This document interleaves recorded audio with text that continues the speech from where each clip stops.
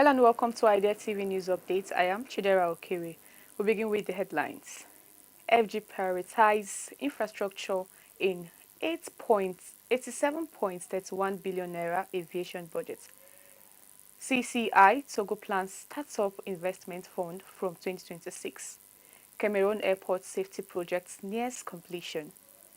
Flood death toll in South Africa rises to 38. Away from Africa, Netanyahu joins Trump's board of peace in business. CBN set to auction 1.15 trillion naira treasury bills amid high liquidity and rates watch. In sports, para outlets lament unpaid salaries after West Africa Games. Now the news in full.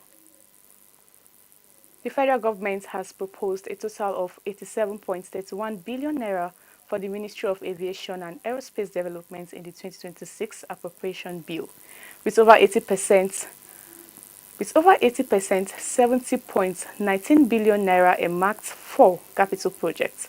Personnel costs stand at 14.78 billion naira, while 2.34 billion naira is allocated for overheads, reflecting a strong focus on infrastructure renewal. The ministry received the largest share at 50.65 billion naira, mostly for capital expenditure, while agencies such as the Nigerian Meteorological Agency, Nigerian College of Aviation Technology, and the Nigerian Safety Investigation Bureau also received significant allocations, largely tilted towards capital projects. Some agencies, including the Nigerian Airspace Management Agency, were allocated funds solely for capital spending. Aviation Minister Festus Keyamo said the capital-heavy budget aligns with efforts to improve safety, efficiency and service delivery across the sector, noting that infrastructure upgrades remain central to strengthening Nigeria's aviation and aerospace industry. Moving on, the Togo Chamber of Commerce and Industry (CCI-TOGO) plans to launch a dedicated investment fund for startups in 2026, placing youth innovation at the center of its strategy.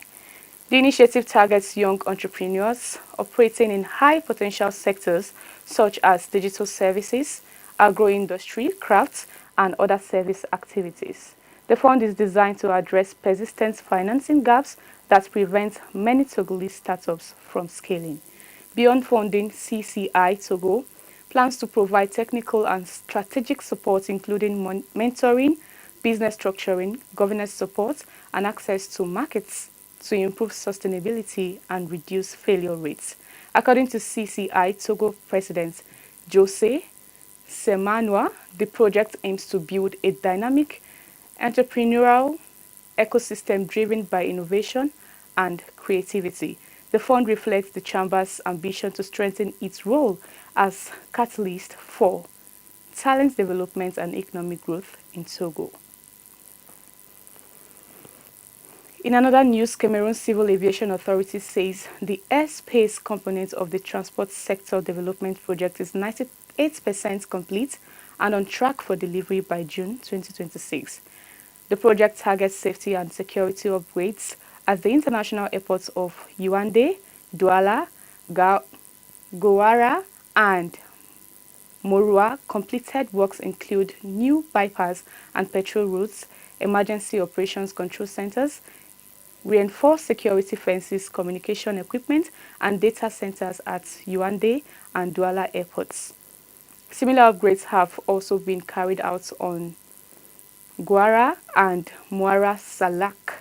Remaining works involve petrol roads, completion of emergency centers in Gowara and Muara, and expanded video surveillance in Yaoundé and Douala. Launched in 2017 and delayed by disputes and ICAO compliance adjustments, the project is funded under a broader 113 billion CFA program backed by the World Bank.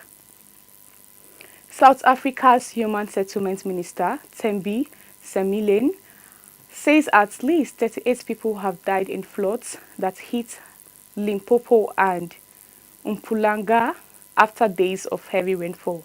Limpopo accounts for 18 deaths, Mpumalanga 20, while 6 people are still missing in Limpopo. Thousands of homes have been damaged, with 1,942 houses affected in Limpopo and 1,808 in Mpumalanga.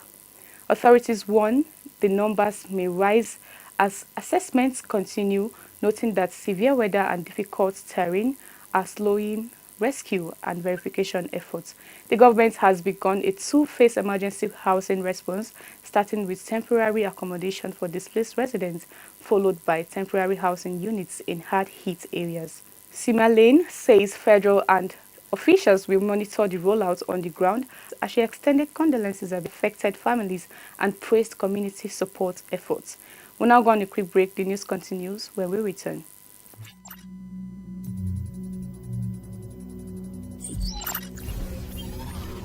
5G technology. 5G technology promises to be a game changer by delivering ultra-fast internet speeds, low latency, and the ability to connect millions of devices seamlessly. It's going to fuel the future of smart cities, autonomous vehicles, and IoT devices, allowing them to communicate in real time. However, 5G rollout isn't without hurdles. High costs of infrastructure and regulatory issues in some regions have slowed down implementation. By 2026, the 5G market is expected to be valued at $667.90 billion, with the US, China, and South Korea leading the change. The challenge? Cybersecurity risks and data privacy will remain top concerns as more devices become connected.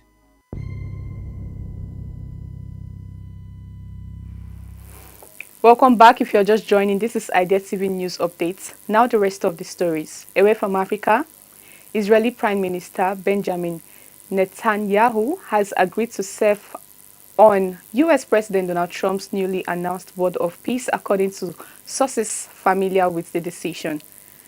Netanyahu will hold a renewable 3-year term on the body. The board is expected to focus on global conflict resolution and diplomatic initiatives, with Trump representing it as a platform to advance peace efforts beyond formal government structures. Details of its membership and mandates are still emerging. The move has drawn attention given Netanyahu's central role in Middle East politics and Trump's close ties to Israel during his presidency, a relationship that reshaped US-Israel relations and regional diplomacy. In business news now, the Central Bank of Nigeria, CBN, will hold its second Treasury bills auction for January 2026 today, offering a total of 1.15 trillion naira across 91-day, 182-day, and 364-day maturities. The auction comes as the market grapples with elevated liquidity and mixed expectations for interest rates. According to the CBN's officer circular, 150 billion naira is allocated to the 91-day bills, 200 billion naira to the 182-day bills, and the largest tranche, 800 billion naira to the 364-day bills. The heavy weighting towards one-year bills reflects both government funding strategies and investor demand for longer-term yields amid interest rates uncertainty. Analysts note that auction outcomes will signal the direction of short-term rates as investors weigh inflation trends, monetary policy signals, and government borrowing needs. In December, top rates rose across maturities despite easing inflation. 91-day bills reached 15.80%, 182-day bills of 16.50%, and one-year bill 18.47%, underscoring the CBN's cautious approach to sustain monetary stability. Secondary market trading has remained calm but selective, with only a few maturities seeing yield adjustment. The CBN had previously raised 2.64 trillion naira through OMO papers at top rates near 19.4%, reflecting continued investor appetite for naira-dominated government securities. The previous T-bill auction on January 7th saw 1.144 trillion naira raised, with the highest top rates across all maturities, demonstrating strong demand for risk-free instruments despite market uncertainty.